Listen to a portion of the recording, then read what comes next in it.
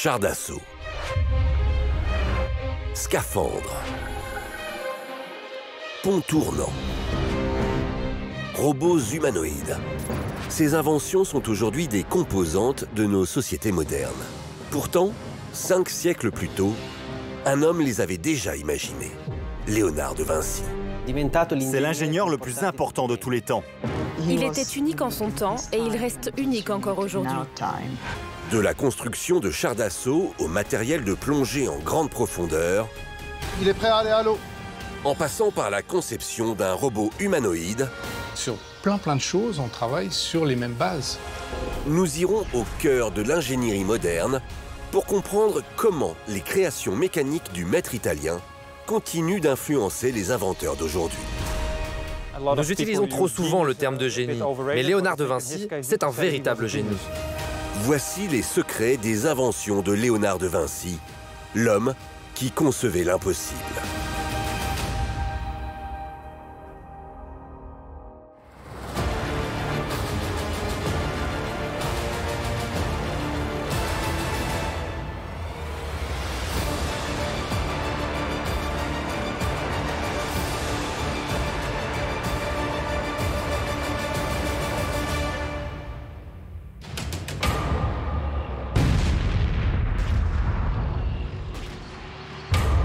C'est sans doute l'invention de Léonard de Vinci la plus impressionnante et la plus meurtrière.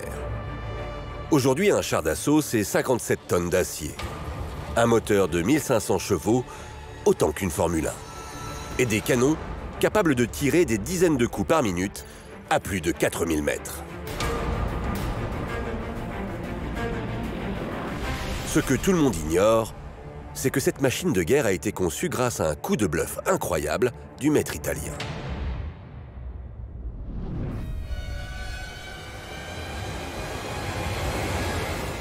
Nous sommes en 1482, à Milan, en Italie. Léonard de Vinci a tout juste 30 ans. À l'époque, il vient de terminer sa formation d'artiste peintre et recherche un travail. Ce qui l'intéresse vraiment n'est pas la peinture, mais l'ingénierie. Il veut créer des machines. Léonard de Vinci n'est pas considéré comme un peintre et ne se considère d'ailleurs pas comme tel. C'est si peu important pour lui, il oublie qu'il est peintre. Il se dit « Comment je pourrais me faire embaucher alors que personne ne me connaît ?» Et c'est un contexte particulièrement belliqueux qui va lui en donner l'opportunité. C'est le contexte de l'Italie du XVIe siècle, c'est-à-dire un pays déchiré, c'est un pays de guerre permanente. À la Renaissance, la majorité des combats se font encore au corps à corps. Chaque camp essaye donc de créer de nouvelles machines pour avoir l'avantage sur son rival. Léonard de Vinci va se servir de cette course à l'armement pour forcer son destin.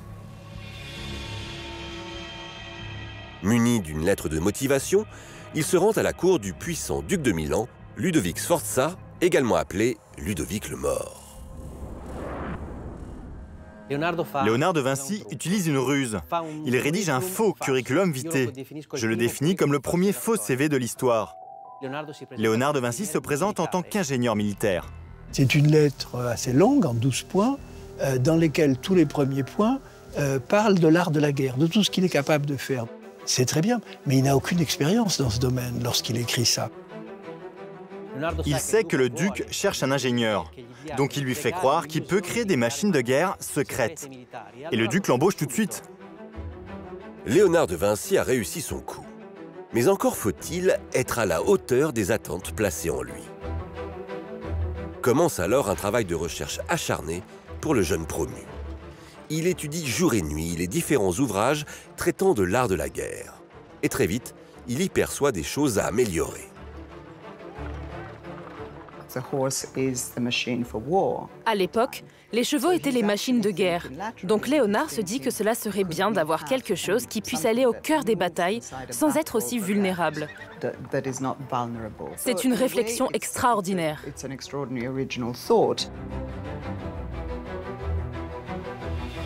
Il faudra 3 ans à Léonard de Vinci pour achever la conception de son char d'assaut.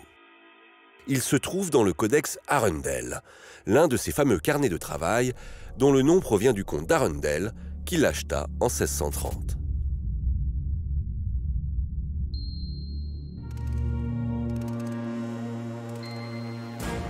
On y voit un dôme qui est énorme et qui est monté sur roues. À l'intérieur, il y avait 4 roues actionnées par 4 manivelles. Composée de plaques de bois et de fer, la structure est gigantesque. Près de 6 mètres de long, soit l'équivalent d'un énorme camion. Mais là où le char de Léonard de Vinci dépasse tous ses prédécesseurs, c'est au niveau de sa force de frappe, totalement inédite pour l'époque. C'est ce que nous confirme le général Arnaud Sainte-Claire de Ville, ancien commandant des forces terrestres. Il invente le 360 degrés, en ce sens que c'est une construction circulaire, avec effectivement, on l'a évoqué, des canons tout au long du périmètre. On voit au moins une quinzaine de canons, donc si on rajoute à la face cassée, il y a une trentaine de canons, ce qui est une puissance de feu assez considérable. Selon Léonard de Vinci, ce char doit ouvrir le front de l'attaque. Pour parer au risque d'encerclement, il le dote d'un champ de tir empêchant tout angle mort. Léonard de Vinci a compris que la menace pouvait venir de tous côtés, notamment quand ce véhicule rentrait dans les rangs ennemis. Un avantage qui peut être décisif dans un conflit. Quand Léonard de Vinci présente son projet, il fait sensation. Il ne dessine pas seulement ce qu'il imagine, mais également tous les composants de la machine. C'est un dessin industriel que nous pourrions appeler aussi dessin explosé. C'est une façon de dessiner très originale et très précise.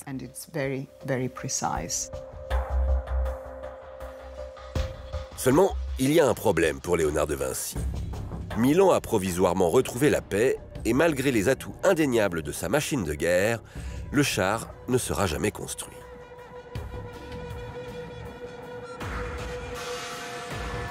Personne n'imagine alors que cette invention conçue par ce jeune ingénieur sans expérience se retrouvera par un heureux hasard à la base du développement des chars d'assaut modernes 4 siècles plus tard.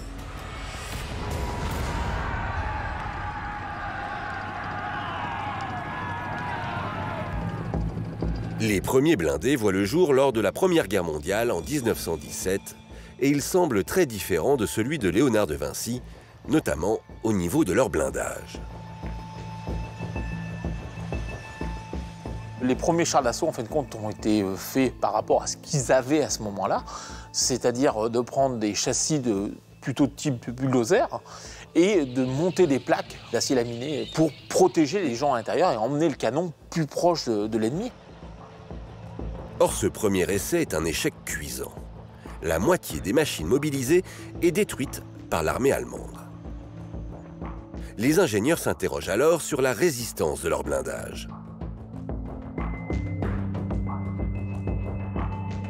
Comment augmenter la protection sans trop alourdir la structure, ni réduire la mobilité? Une question que s'est posée et qu'a résolue Léonard de Vinci 400 ans plus tôt. Pour protéger l'équipage contre les tirs ennemis, il conçoit un blindage avec une particularité. Il est incliné.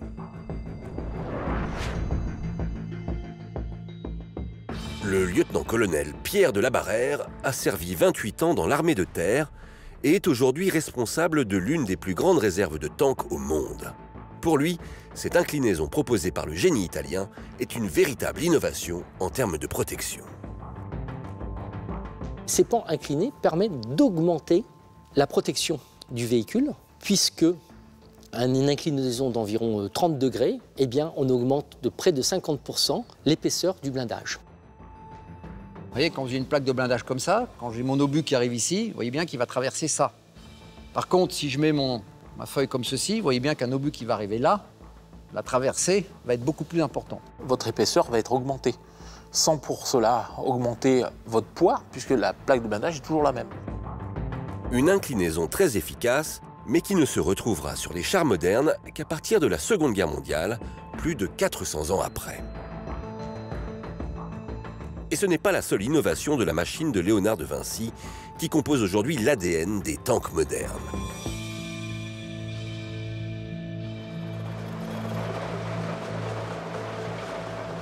Ce drôle de tank, qui sort d'un dépôt du musée des blindés, n'a pas l'air très effrayant. Sa longueur est à peine supérieure à celle d'une voiture standard et sa vitesse maximale n'est que de 8 km/h, moins vite qu'une personne qui court. Et pourtant, il a semé la terreur sur les champs de bataille grâce à une invention de Léonard de Vinci. Le FT-17 est le premier char d'assaut moderne puisqu'il est le premier à avoir une tourelle permettant de tirer sur 360 degrés. Cette tourelle est tout simplement l'adaptation moderne de la force de frappe à 360 degrés du char de Léonard de Vinci. Maintenant, on a l'avantage, on n'a qu'un canon monté sur une tourelle qu'on fait tourner plus ou moins vite suivant les véhicules. Puis voilà. Aujourd'hui, la tourelle est un enjeu technique majeur dans la conception des tanks. Le char Leclerc de l'armée française est sans doute le meilleur dans ce domaine. C'est le premier char à véritablement tirer en roulant. Votre ligne de visée, pendant que le char va se déplacer, va rester sur l'objectif. Donc le tireur va avoir l'impression qu'il est fixe et que la cible reste fixe par rapport à son déplacement. Une question reste en suspens concernant le tank de Léonard de Vinci. Aurait-il pu fonctionner s'il avait été construit au XVe siècle ?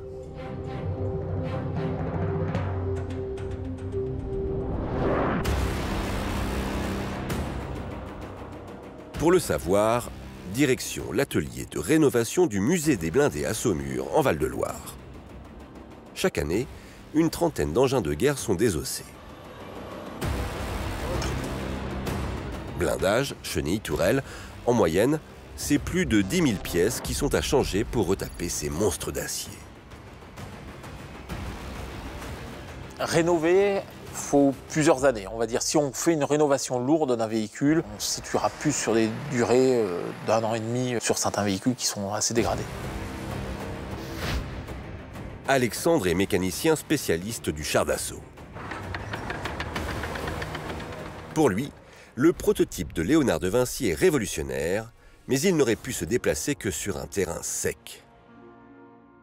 Là, c'est des roues à peu près fines, donc elles vont être plus compliquées parce que surtout dans du terrain meuble, la roue fine va avoir tendance à s'enfoncer énormément.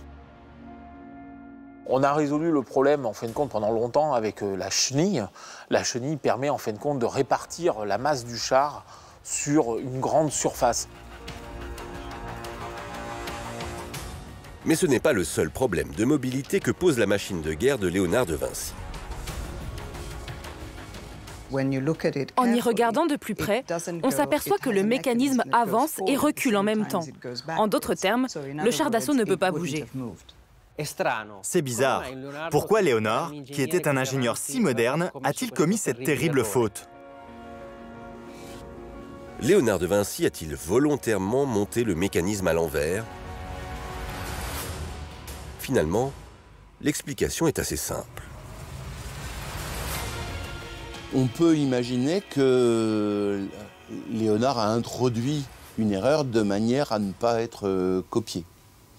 En fait, il est assez simple de rectifier le tir, il suffit que les manches des manivelles ne soient pas solidaires pour les roues arrière et les roues avant. À l'époque, il n'existe pas de brevet industriel pour protéger les inventions. Léonard de Vinci va alors user de stratagèmes pour coder la plupart de ses découvertes. C'est le cas avec une autre machine de guerre, tout aussi révolutionnaire.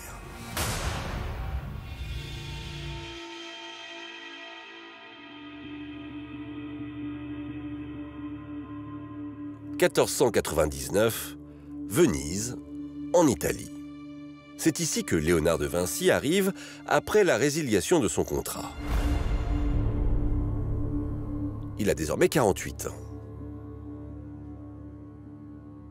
Léonard quitte Milan, qui a été assiégé par les Français. Son protecteur, le duc de Milan, a été chassé puis emprisonné. Donc il lui faut un nouveau protecteur. Et le choix de Venise n'est pas anodin. À cette époque, la ville doit faire face à l'invasion de l'Empire ottoman qui menace ses ports. Et l'armée vénitienne est particulièrement démunie face à ces attaques. Elle ne dispose pas d'armes de défense suffisamment efficaces. Léonard de Vinci leur suggère la création d'une machine de guerre révolutionnaire. Il propose aux Vénitiens la possibilité pour un guerrier de descendre sous l'eau, invisible, de gagner la coque d'un bateau hostile et de le saboter, le saborder, le miner, que sais-je.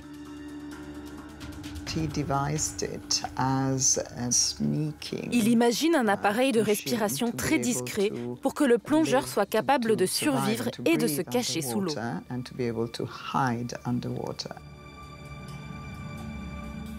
Respirer sous l'eau, l'idée semble totalement inconcevable. À l'époque, il n'existe que des projets fantaisistes de combinaisons sous-marines. Mais Léonard de Vinci est persuadé qu'il peut réussir l'impossible. Il s'attelle à la conception d'un scaphandre d'un genre nouveau. Léonard n'invente pas les scaphandres, mais il les perfectionne. Il les perfectionne avec des systèmes de tubas articulés, par exemple, et avec des systèmes de casques, de pompes, qui sont relativement nouveaux. Il invente à peu près tout ce qui est nécessaire à ce que son scaphandre soit utilisable, y compris la matière, une sorte de cuir bouilli. La peau était du sanglier qui était passé à l'huile de poisson pour assurer une imperméabilité totale. Avec cette machine de guerre, l'ingénieur italien imagine pouvoir descendre au fond des canaux de Venise qui se trouvent à 10 mètres de profondeur. Pour y parvenir, il imagine un système respiratoire totalement inédit. La vraie nouveauté du scaphandre de Léonard, c'est l'attention prêtée aux détails, et notamment les détails autour de la prise d'air.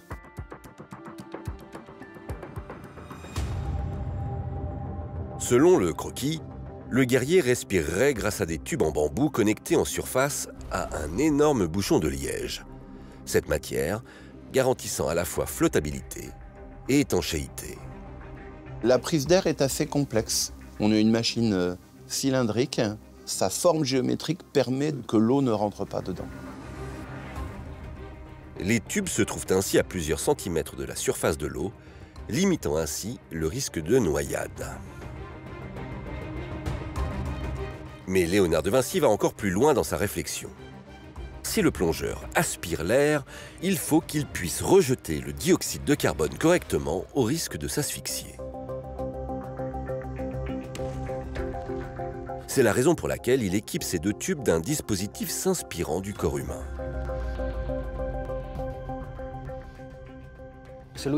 Il essaie de concevoir un système de valves pour faire sortir et entrer l'air sans faire entrer l'eau. Il crée un système valvulaire qui est exactement comme celui du cœur humain. À l'image des valves du cœur qui limitent l'apport de sang dans l'organisme, les deux clapets du masque sont à sens unique. L'un s'ouvre uniquement pour l'aspiration, l'autre pour l'expiration.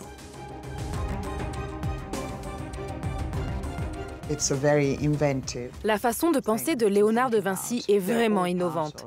C'est un esprit extraordinaire qui, face à un problème, veut à tout prix trouver des solutions.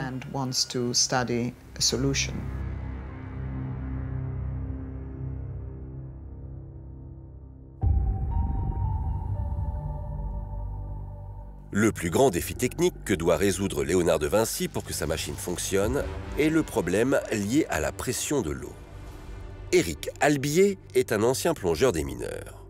Il est aujourd'hui directeur de l'Institut international des plongeurs professionnels qui forme l'élite mondiale des scaphandriers. Pour lui, concevoir un équipement capable de plonger à 10 mètres de profondeur est très complexe. Prenez un ballon en surface, par exemple. Vous prenez un ballon de baudruche, vous l'immergez dans l'eau et vous verrez qu'à 10 mètres, il aura diminué de moitié de volume. C'est ce qu'on appelle la pression de l'eau.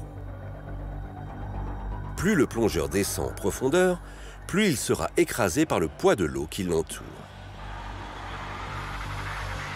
À 10 mètres, le scaphandre sera soumis à une force équivalente à 170 kg.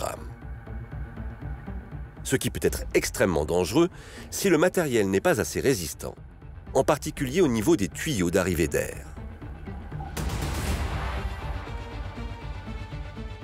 Il faut qu'il y ait une certaine rigidité si on ne veut pas que les tuyaux soient complètement écrasés et ne laissent plus passer l'air.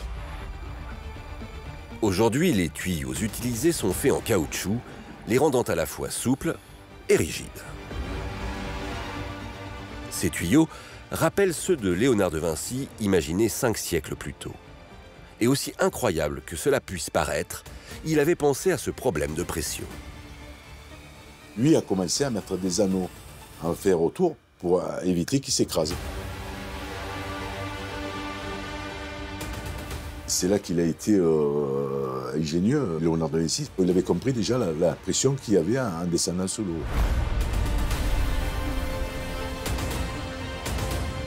Mais la pression amène un deuxième inconvénient que Léonard semble étrangement avoir oublié. La difficulté d'aspirer l'air à de grandes profondeurs. Pour l'air, il ne serait jamais descendu parce qu'il fallait l'aspirer tellement fort qu'on n'a pas assez de force dans les poumons pour l'aspirer assez fort. Techniquement, on peut difficilement aller au-delà de 60 cm de la surface pour respirer. Essayez même dans votre piscine et vous allez voir que vous n'y arriverez pas parce que l'effort d'inspiration sera bien évidemment trop important. Impossible de respirer l'air de la surface à 10 mètres de profondeur, les poumons du plongeur n'étant pas assez puissants pour faire descendre l'air jusqu'en bas. Comment Léonard de Vinci a-t-il pu faire une telle erreur? A-t-il volontairement caché certains éléments de ce scaphandre conçu comme une arme de guerre? C'est en tout cas ce que laissent présumer ses écrits. Il écrit « Ne divulgue jamais cette invention, elle pourrait causer trop de morts ». Léonard exprime le fait qu'il ne veut pas tout dire, car la mort par engloutissement sous l'eau est pour lui bien trop monstrueuse pour la laisser entre les mains de n'importe qui. Mais cette énigme est peut-être sur le point d'être résolue 5 siècles plus tard. Sur l'un de ses carnets de travail, à côté de croquis de plongeurs, se trouve le dessin d'un soufflet de forge, comme ceux utilisés aujourd'hui pour les cheminées. Selon certaines théories, cela serait la clé du fonctionnement du scaphandre.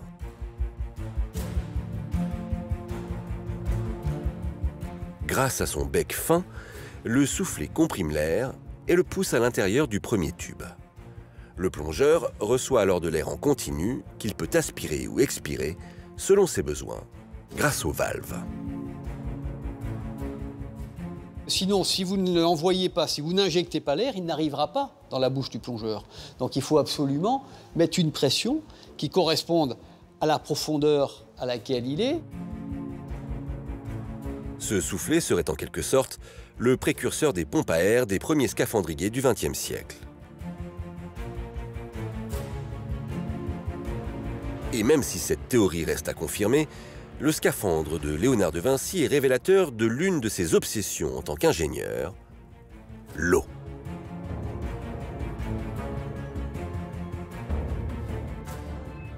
Il est vraiment fasciné par l'eau. Il s'intéresse énormément aux forces de l'eau, à la physique de l'eau.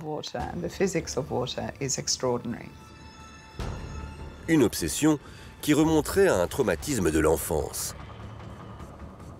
Quand le jeune Léonard vivait à Vinci, un petit village dont il a tiré son nom, à 50 km de Florence, et bordé par le fleuve Arno. Lorsqu'il était jeune, on sait qu'il y a eu des crues très très dévastatrices de l'Arno. Peut-être a-t-il assisté à quelques cataclysmes qui l'a profondément marqué. Il ne peut pas s'endormir le soir sans se dire mais comment on pourrait faire avec l'eau? Comment on peut diriger l'eau? Toute sa vie, c'est quelque chose qui va le passionner et qui va l'occuper énormément. Dans ce domaine, il va réaliser des machines hors du commun qui vont contribuer à changer le destin de nos sociétés modernes. C'est le cas d'une en particulier.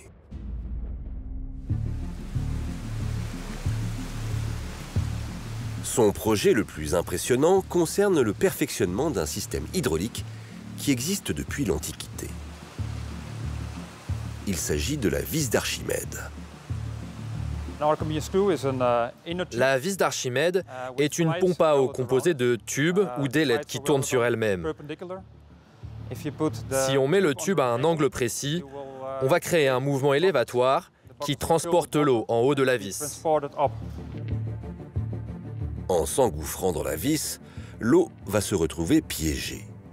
La rotation des ailettes ou des tubes va alors jouer le rôle d'ascenseur jusqu'au sommet. Ce principe est un principe un peu paradoxal, c'est-à-dire que en descendant, la vis fait monter l'eau qui passe dedans. Cette vis fascine l'ingénieur italien, mais il souhaite pousser ce concept plus loin. Imaginez par exemple des vis gigantesques capables d'alimenter en eau une ville entière. Ici, Léonard est un véritable scientifique.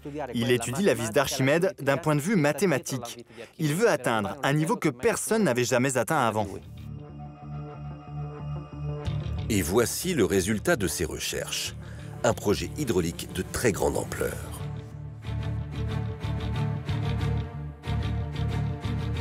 Un des premiers dessins qui montre une double vis d'Archimède, une montant à la surface d'une tour, puis montant à la surface d'une deuxième tour. C'est du jamais vu. Les dimensions de ce dispositif dépassent tout ce qui est imaginable à l'époque. Mais pour réaliser une telle prouesse technique, Léonard de Vinci doit résoudre un problème majeur.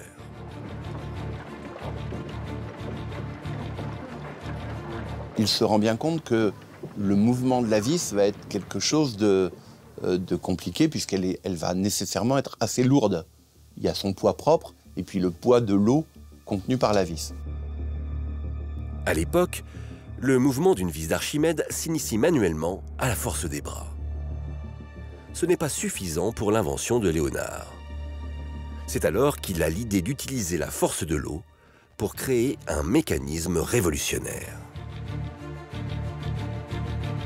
Léonard ajoute à la base une sorte de dispositif d'inertie, c'est-à-dire une grosse roue en pierre, qui fait que, certes, au départ, le commencement du mouvement sera difficile, mais une fois que le mouvement sera lancé, la roue d'inertie va aider la rotation.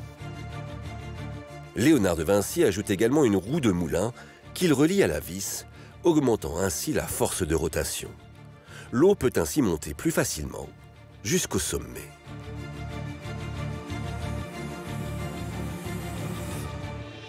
Il voit les choses en grand. Il n'a pas voulu prendre une vis à rotation manuelle. Il prend une plus grande force qui développe une énergie plus importante. Ce qu'il utilise, c'est la turbine à eau. Le génie italien avait compris l'importance d'une force motrice dans le fonctionnement d'une vis d'Archimède 500 ans avant tout le monde. Pour le vérifier, il faut partir à 1500 km de l'atelier de Léonard, là où sont fabriquées les plus grosses vis hydrauliques au monde.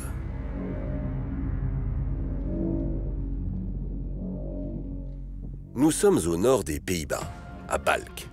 C'est ici que se trouve le plus grand atelier de fabrication de vis d'Archimède de la planète.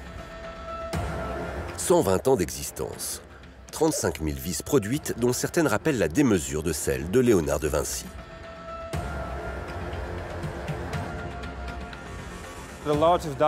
Notre plus grande vis fait 5 mètres de diamètre, 20 mètres de long et plus de 30 tonnes. C'est la vis la plus grande au monde. Bert Boersma est le directeur technique de cet atelier. Pour lui, Il n'y a pas de doute. Léonard de Vinci est bien le précurseur de la vis hydraulique moderne. Il y a du Léonard dans nos vis hydrauliques. C'est lui qui a ouvert la voie à la production industrielle de ce type. Ici, ce sont 300 nouvelles vis d'Archimède qui sortent chaque année de ces ateliers. La fabrication nécessite 6 semaines de travail pendant lesquelles chaque pièce est assemblée, soudée et testée.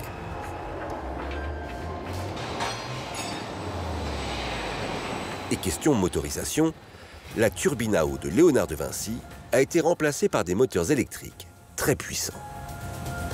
Nos plus grosses installations peuvent atteindre 800 kW par pompe. C'est très puissant. Cette puissance moteur permet aujourd'hui aux vis hydrauliques de drainer des terrains marécageux, de limiter les crues en cas d'inondation et même de produire de l'électricité. C'est le cas ici à Rotherham, au nord de l'Angleterre, où chaque jour on produit 1000 kW, de quoi alimenter 500 foyers avec de l'électricité verte made in Da Vinci. Le discours de Léonard de Vinci sur l'hydraulique révolutionne la société parce qu'il a pressenti avant tout le monde la formidable puissance de l'eau.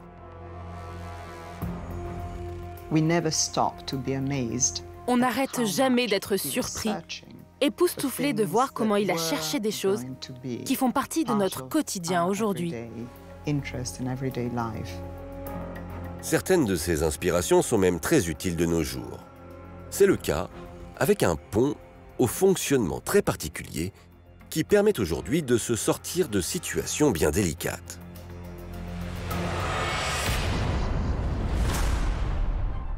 Au milieu de la mer, un bateau allemand prend la direction du port de Dieppe pour livrer des pales d'éoliennes. Et ce n'est pas n'importe quel bateau. Son nom, Lee Ship One.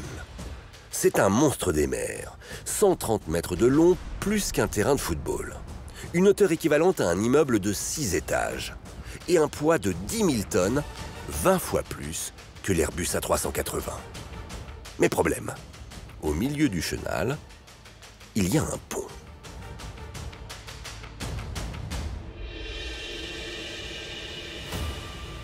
Il ne faut pas qu'un bâtiment de cette taille se retrouve bloqué. C'est pas une voiture, quoi. Il ne s'arrête pas aussi facilement. Donc il faut que le chenal soit libre pour son entrée dans le port. Comment le navire allemand va-t-il pouvoir passer avec cet obstacle? Pour le comprendre, il faut se replonger 500 ans plus tôt, quand Léonard de Vinci travaillait sur l'un de ses projets les plus ambitieux.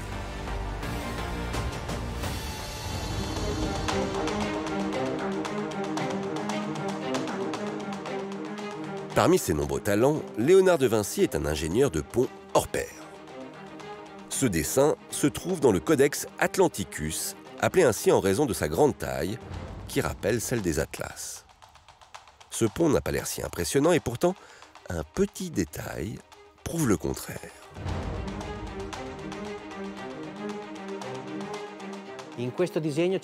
Dans ce dessin, il y a un élément que presque personne n'a remarqué, un petit cavalier à cheval. Ce détail est très important car cela nous fournit des informations sur la dimension du pont.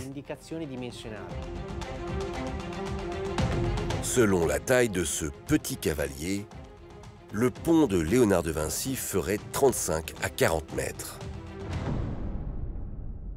C'est gigantesque pour l'époque. C'est impressionnant de voir la taille de ce pont et surtout de voir qu'il essaye vraiment de le réaliser.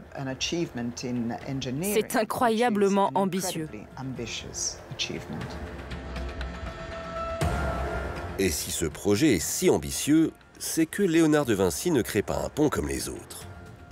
Le sien se veut pivotant, et ceci pour plusieurs raisons. L'avantage du pont tournant est double. D'une part, retirer le pont à l'approche d'un ennemi, ou permettre la navigation sur le fleuve sans avoir à démonter le pont à chaque fois. Comment réaliser pareille prouesse architecturale? Tout d'abord, il met au point un système rotatif particulièrement inventif. Le principe en est que, avec 2 treuils, on va le placer à distance, on va être capable de tirer le pont vers la rive droite. Les cordes vont alors faire tourner le pilier central fixé sur un axe de rotation. Pour que cela pivote facilement, Léonard de Vinci doit s'assurer de respecter un paramètre important, le poids. Puisqu'un pont tournant, il faut que la structure soit le plus léger possible lorsqu'on met en mouvement le tablier du pont. Thomas Lavigne est un architecte français connu dans le monde entier pour ses ponts démesurés. Selon lui, le maître italien a trouvé une solution idéale pour alléger son pont. Il utilise une structure ajourée, connue sous le nom de poutre treillis. Une poutre treillis, c'est une poutre constituée de barres en V qui permet de franchir des grandes portées en réalisant une structure légère. Et c'est l'intérêt de cette poutre treillis. Et si c'était plein, bien sûr, ça serait beaucoup plus lourd. C'est cette conception si complexe que l'on retrouve quasiment à l'identique dans le pont de Dieppe, autrement appelé le pont Colbert. Il fait 70 mètres de long pour un poids de 800 tonnes, autant que la fusée Ariane. Le pont tournant de Dieppe est un des derniers ouvrages, je crois, du 19e siècle, donc à l'époque de Gustave Eiffel. C'est un pont avec des rivets, hein, avec une structure en treillis métallique qui rappelle le treillis de Léonard de Vinci. C'est étonnant de voir ça, quoi. Avec la différence d'âge, c'est surprenant. Et vous allez voir que ce n'est pas la seule ressemblance de ce pont avec le projet de Léonard. Car pivoter un pont est une opération extrêmement délicate. Notamment si son poids est mal réparti. Il risque alors de tomber dans l'eau sous l'effet de la gravité. Ce problème, Léonard de Vinci a tenté d'y remédier en modifiant la structure du pont. Pour ne pas basculer vers l'avant, l'idée de Léonard de Vinci est de mettre un contrepoids à l'arrière. Ce contrepoids est tenu par des câbles, par des haubans. Tout se base sur un pivot qui fait fonctionner ce pont comme une énorme balance. D'un côté, nous avons un énorme poids constitué de pierres qui soutient tout le poids de l'autre côté du pont. Grâce à ce contrepoids, pivoter le pont de Léonard devient un jeu d'enfant.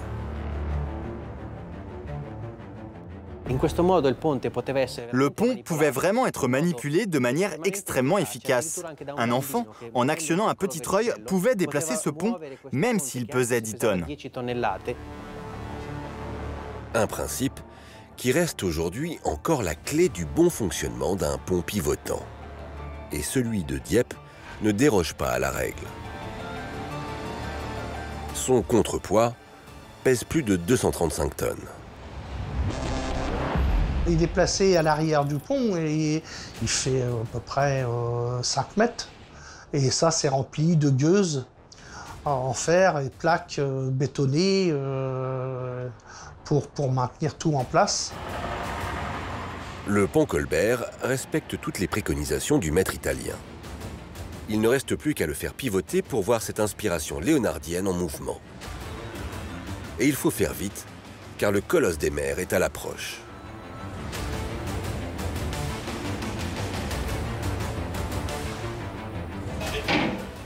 Première étape, le pontier fait basculer le pont légèrement en arrière à l'aide de manivelles.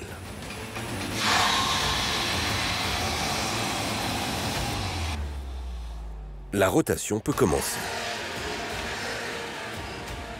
On ouvre à fond, le pont part pleine vitesse. Les cordes du XVe siècle sont remplacées par deux immenses chaînes de 70 mètres de long qui font tourner une couronne, elle aussi gigantesque, de plus de 10 mètres de diamètre.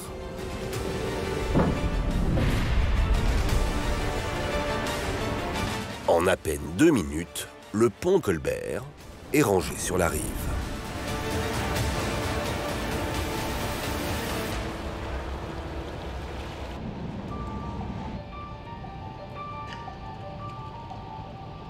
Le dessin du pont mobile tournant de Léonard de Vinci est encore tout à fait actuel. On voit qu'il a compris parfaitement les problèmes structurels, les problèmes de force, les problèmes de gravité. C'est vraiment un véritable ingénieur. Tout porte à croire que Léonard de Vinci avait anticipé les machines d'aujourd'hui, et même au-delà. Car certaines de ses inspirations se retrouvent au cœur du développement des nouvelles technologies.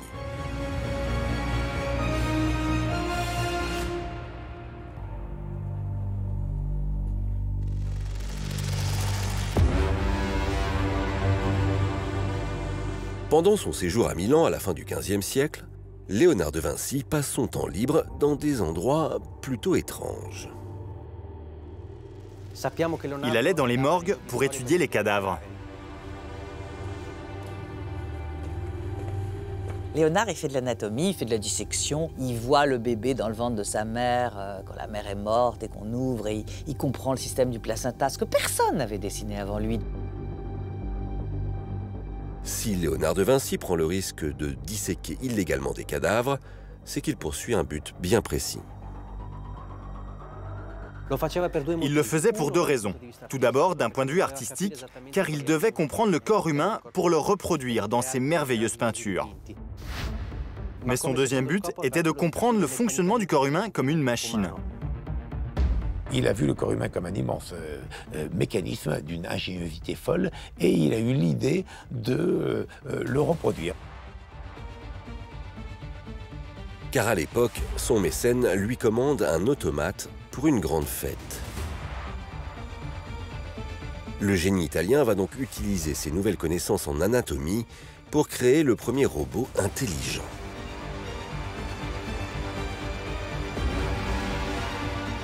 Léonard dessine sur plusieurs feuilles. On n'a pas le dessin complet du robot, on a plusieurs dessins d'éléments mécaniques qui correspondent à cet automate animé.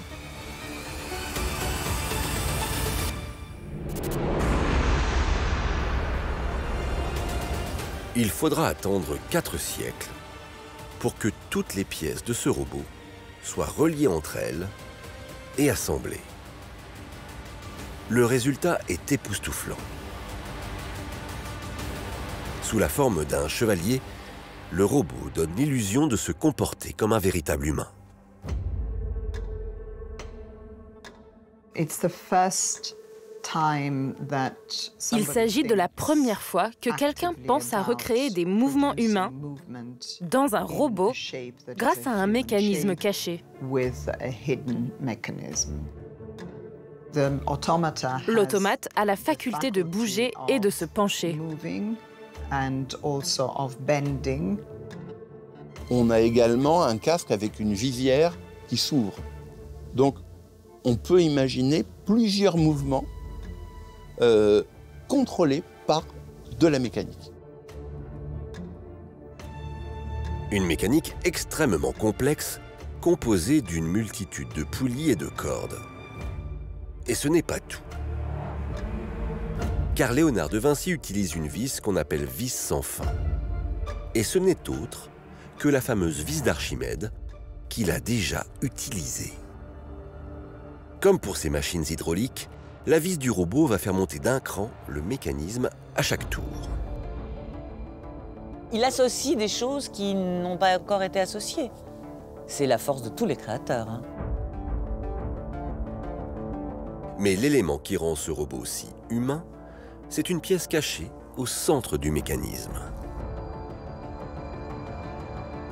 Parmi les systèmes les plus subtils de cette machine, il y a un cylindre dans lequel il y a une cannelure qui fait que Un petit objet va tourner alternativement à droite et à gauche et va parfois actionner le bras droit, parfois actionner le bras gauche.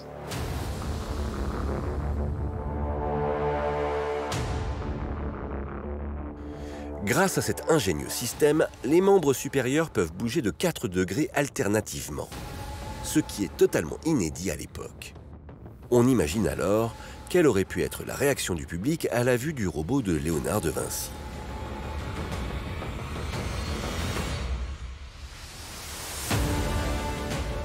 C'est assez inquiétant d'ailleurs, une espèce de machine qui était capable de hocher la tête, d'ouvrir la bouche, de remuer les bras, de marcher. Ce qui était considéré comme de la science-fiction au XVIe siècle va devenir réalité 5 siècles plus tard.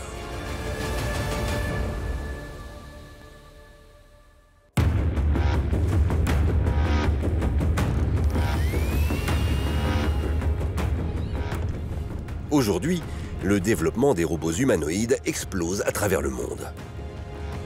Des bipèdes gigantesques capables de franchir des obstacles ou de porter des objets. Parmi ces prototypes, un semble être le digne héritier du robot de Léonard de Vinci.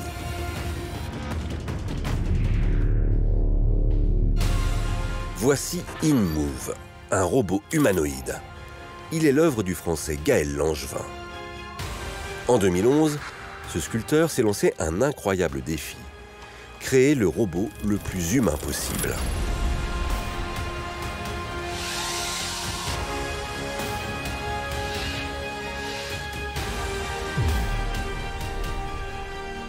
Gaël se pose alors en Léonard des temps modernes, car comme son illustre prédécesseur, il a étudié l'anatomie pour concevoir son robot.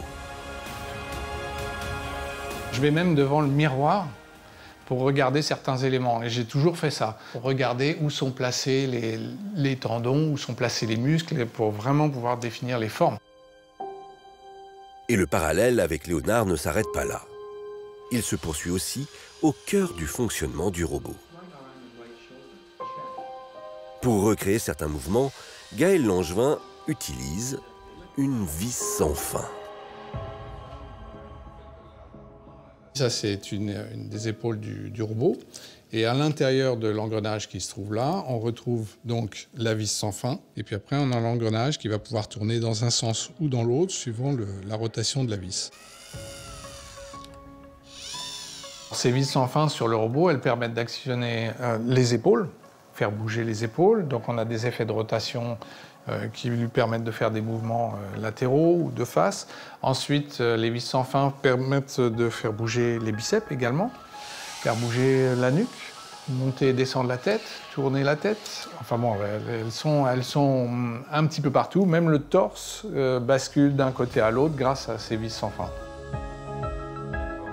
Pour actionner les mouvements, les cordes de Léonard de Vinci ont été remplacées par des petits moteurs électriques.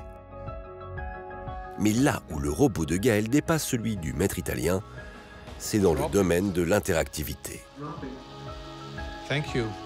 Il est capable d'attraper des objets avec ses mains, de tenir une conversation en 7 langues. Il peut surtout voir et mémoriser 9000 objets et visages grâce à des caméras cachées derrière ses yeux.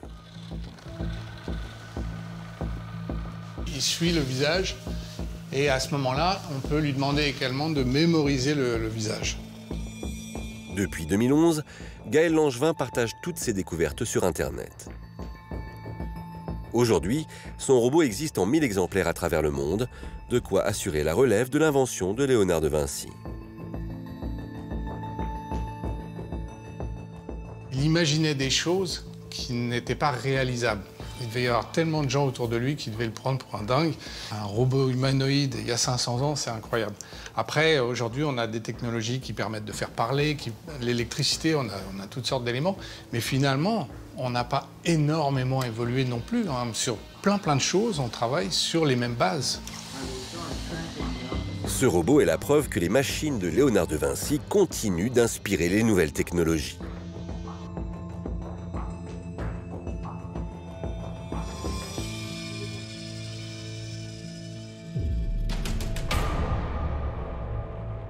La robotique, l'hydraulique,